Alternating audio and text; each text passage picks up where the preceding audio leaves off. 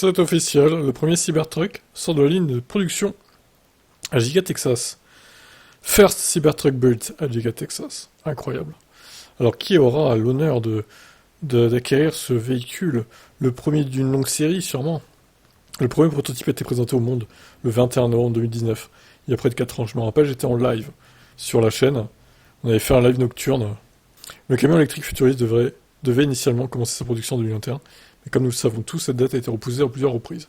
Souvent en raison de facteurs indépendants de la volonté de Tesla, dont le Covid évidemment.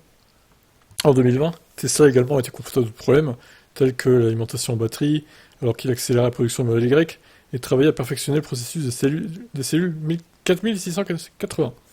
Au cours des derniers mois, et en particulier des dernières semaines, nous avons vu un nombre croissant de Cybertrucks de tests rouler en Californie et au Texas, suggérant que la production se rapprochait.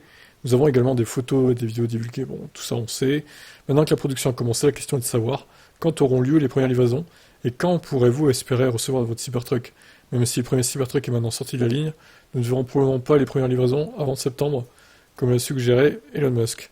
Musk a également déclaré ne pas s'attendre à ce que trop de Cybertrucks soient construits en 2023, car la production en volume ne sera atteinte que l'année prochaine. Quant aux Canadiens, les premières unités seront attribuées aux clients américains, et compte tenu de la façon dont les autres déploiements se sont déroulés avec le modèle 3 et le modèle Y, il serait pas surprenant de voir le premier Cybertruck au Canada mi-2024.